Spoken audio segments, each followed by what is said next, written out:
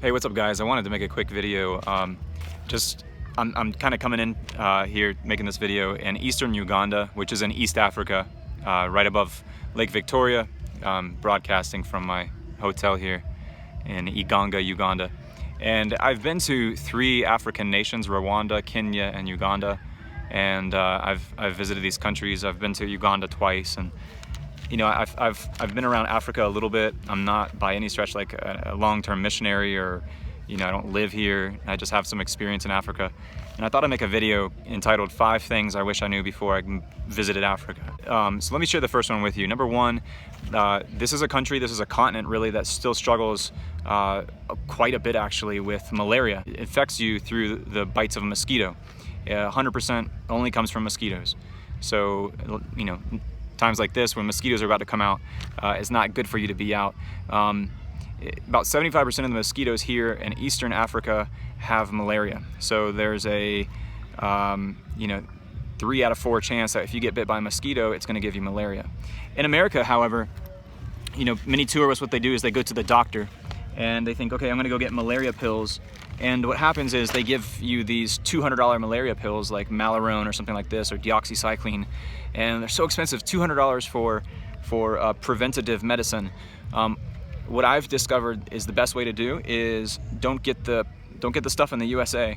Wait and come to Africa and go to a little pharmacy somewhere that looks kind of reputable and buy yourself a few boxes of this right here. There's a few different brands you can get, but it's SP, but it's not a preventative. You can use it as a preventative, but it's got 3 pills in here. And as soon as you start feeling a headache or a fever from the malaria, that's the first symptom of malaria. These are 75 cents a dose. And you take this, it knocks the malaria out in about, 8 hours, even less, I'm told. So go to the pharmacy here in Uganda, you're gonna pay a fraction of the price, 75 cents for a box of these things. I buy 5 boxes. If I feel symptoms coming on while I'm here, I go ahead and take a box. And then I take a few boxes home with me in case I start developing symptoms when I get back to the US. I don't want to have to go to the doctor and get a prescription and have to pay $200 for a crazy medication. So I bring a few boxes of these. You get these over the counter in most places in Africa. You don't need a prescription. You just walk in, you tell them, you point at it, they give it to you, and that's it. They sell it to you for 75 cents. And it's worth buying like 5 boxes just to have on hand when you get back to the US. All right, so if you're coming to Africa, if you're coming to anywhere in the continent of Africa, get ready, you need to be prepared. There is malaria, and people get it all the time here, including Americans, including Westerners who come and visit. It happens very frequently, and I may get home from this trip and develop symptoms. I haven't been super careful on this trip, so I'm bringing these home with me just in case. All right, that's tip number 1 of the 5 things I wish I knew before visiting Africa. Tip number 2 about coming anywhere in Africa is the culture is going to be vastly different from that in the US or that in the West in general, really. You're going to have areas that are very impoverished. I mean, poverty is widespread here in Uganda, for instance, and other places that I've been to in Africa. Some countries are worse than others, but Uganda is probably one of the more underdeveloped countries in the continent. But you have to remember that when they see someone with white skin, they're seeing someone that has money. And you may think, well, I'm not really that wealthy, but to African standards, you are, believe it or not.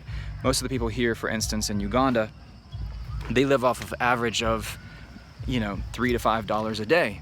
And so when you are making $100 back in the US, you're making 20 to 30 times what they make in a day. And so when they see you, they see an ATM, a walking ATM. And so you have to be very careful.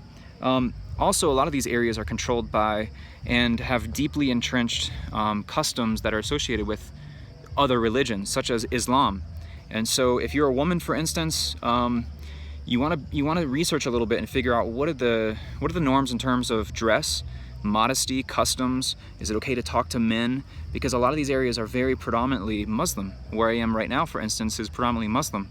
And you want to be very careful. You want to wear the appropriate clothes when you go out in public. You want to cover up certain parts of your body a little bit more than what is acceptable in the US.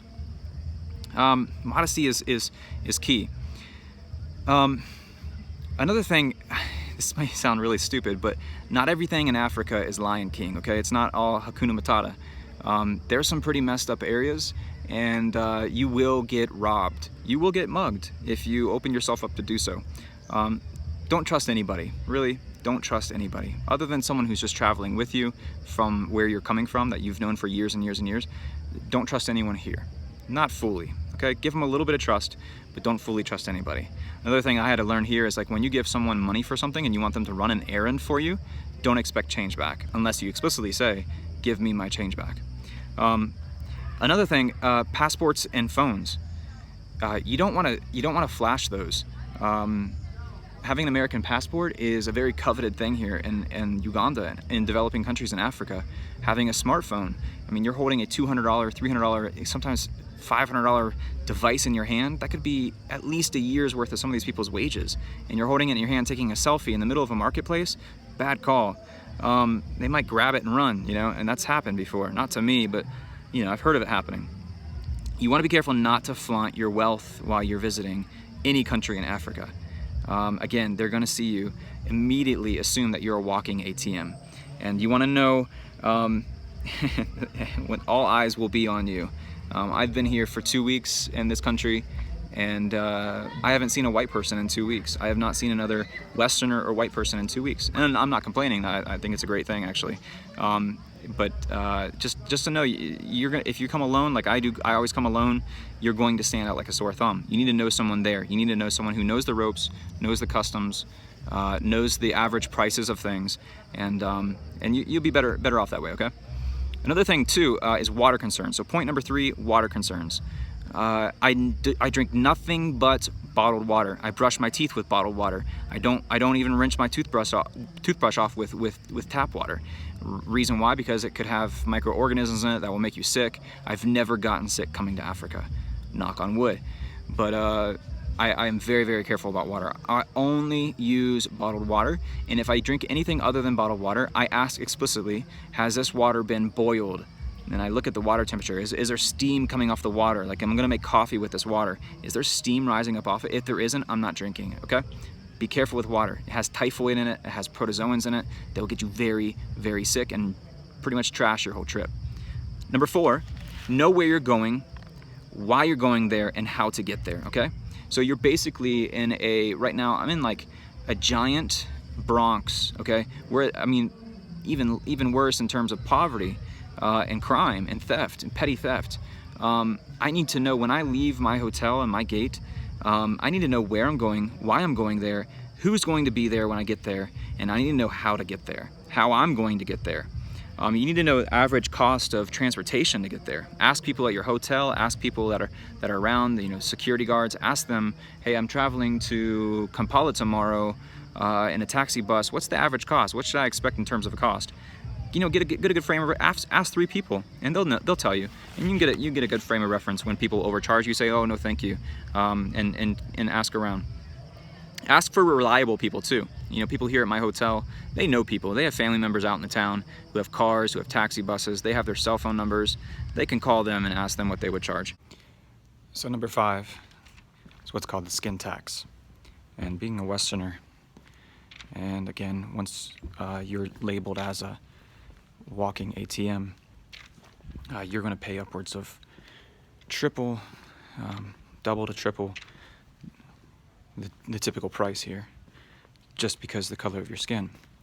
And so it's best, I found, if you can find a place that has posted prices on things, like you know, a restaurant that has a menu that has set prices, or a souvenir shop that has set prices. That's ideal. If you go into a market and there's just, you know, no prices written anywhere, yeah, you can barter for things, you can bargain, I should say, but you're gonna pay triple. So what I have found to be an effective way to avoid the skin tax as much as possible, because you're not gonna avoid it 100% of the time, but to avoid it as much as possible, what I do is I send a friend in that I trust and know to a certain extent, and ask him or her to inquire of the price of something. And so it's a local, they go into the shop, they inquire about the price, or maybe you're walking around in a marketplace and you see something, it catches your eye. Walk past it, keep walking, and then go around the corner, tell your friend, hey, we passed this back there, there were some great shoes that I liked, can you go back and ask the price on those? And hopefully the shopkeeper doesn't recognize your friend as being the person that was with the Westerner, and they gave you the legitimate price. The other thing I do whenever I travel, really wherever you travel, it's a good habit to get in. Learn a little bit of the native language. Yeah, they speak English in most countries. Most people you meet in Africa, in most countries in Africa, will speak some degree of English, but they also speak a native language. Like here in Uganda, for instance, there's dozens of languages that are spoken all around the country. So you want to research where you're going, what's their native language, and then learn a few words in their language, because that's a surefire way to put a smile on someone's face. Is greet them in the morning, "Watsasotia," or just say "Webale," thank you. Learn a couple of the key words in their language, and they will be so surprised and so thrilled that a Westerner has learned a couple languages, a couple words in their heart language, and you'll hit it off immediately and have an immediate camaraderie with that person. And here's kind of in closing an old proverb that I really go by when I'm here is whenever you meet a stranger, consider him a thief, but treat him like a prince. And that's kind of something I've always stuck with, and it's served me well my time here in East Africa. So wherever you go in Africa, you're gonna love it. You're gonna love the people, and it's gonna be an amazing time. You will leave a part of your heart in Africa. But just be careful, be mindful, be observant, and just remember, it's gonna be different. So take care, guys. I hope you liked this video. If you did, would you give it a thumbs up and hit the subscribe button? Thanks again for watching. Keep it real.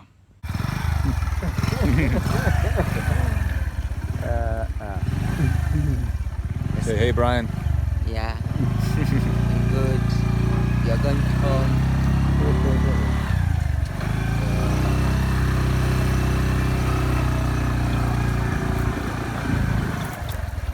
This way vehicles are expensive, I tell you. But if they cheap, it is far better.